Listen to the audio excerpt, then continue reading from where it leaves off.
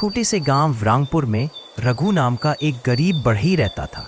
उसका एक छोटा सा घर था जिसे वह खुद अपने हाथों से बनवाया था।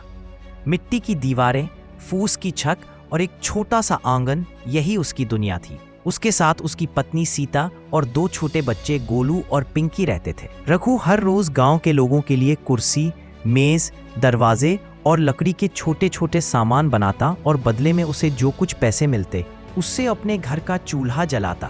लेकिन अब गांव में एक नया जमींदार दीनानाथ सेठ आया था, जिसने गांव की जमीनों पर कब्जा करना शुरू कर दिया था। एक दिन दीनानाथ के आदमियों ने आकर रघु को धमकाया, यह घर जमींदार की जमीन पर बना है, 1 हफ्ते में खाली कर दो, नहीं तो जबरन हटवा दिया जाएगा। रघु के पैरों तले जमीन खिसक गई। पर ये जमीन तो मेरे दादा के जमाने से हमारे पास है, कागज दिखाओ। बिना कागज के सब जमींदार का है।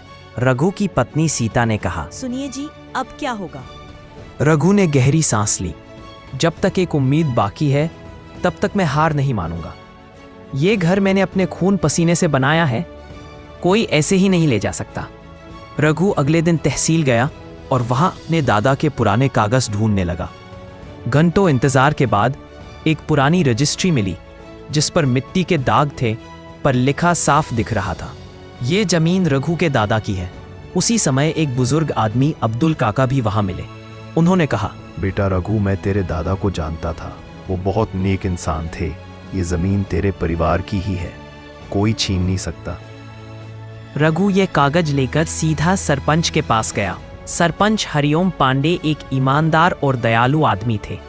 उन्होंने कागज देखकर कहा, रघु, अगर ये कागज असली है तो तेरी जमीन कोई नहीं छीन सकता।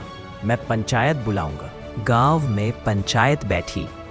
एक तरफ रघु और उसके कागज, दूसरी तरफ दीनानाथ सेठ गुस्से से बोला, पर यह सब झूठ है, इस जमीन पर अब मेरा कब्जा है। सरपंच बोले, सेठ जी, जमीन के असली कागज रघुनाथ के पास है और हम इस पंचायत में अन्याय नहीं होने देंगे।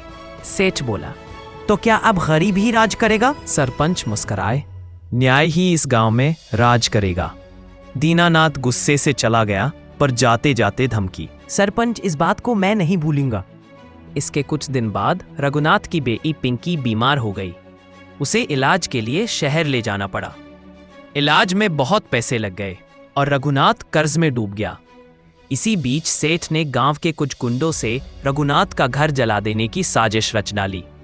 एक रात जब पूरा परिवार सो रहा था, तभी किसी ने फूस की छत में आग लगा दी। आग लगते ही पूरा घर जलने लगा। गोलू की चीख से रघुनाथ की नींद खुली। वो तुरंत परिवार को बाहर निकाल लाया, पर सारा सामान जल चुका था। अगली सुबह गांव के लोग इकट्ठा हुए। सब रो रहे थे। सीता बेहोश हो गई थी। अब्दुल काका बोले, अब बहुत हो गया, अब हम चुप नहीं रहेंगे। गांव वालों ने मिलकर सेठ के खिलाफ FIR दर्ज करवाई और प्रशासन को सबूत दिए। थोड़ी ही दिनों में पुलिस ने दीनानाथ को गिरफ्तार कर लिया। वह जेल चला गया। गांव वालों ने मिलकर रघुनाथ का घर फिर से बनवाया। किसी ने लकड़ी दी, किसी ने ईंट, किसी ने छप्पर। रघुनाथ की आंखों में आंसू थे। आप सब मेरे परिवार हैं, मेरे पास शब्द नहीं है। सरपंच बोले, जब एक ईमानदार इंसान पर जुल्म होता है तो गांव उसकी ढाल बन जाता है। तू अकेला नहीं था रघु।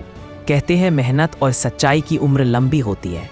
रघु को जिला प्रशासन की तरफ से एक ईमानदार नागरिक के रूप में सम्मानित किया गया और उसकी बेटी पिंकी का इलाज मुफ्त में करवाया गया।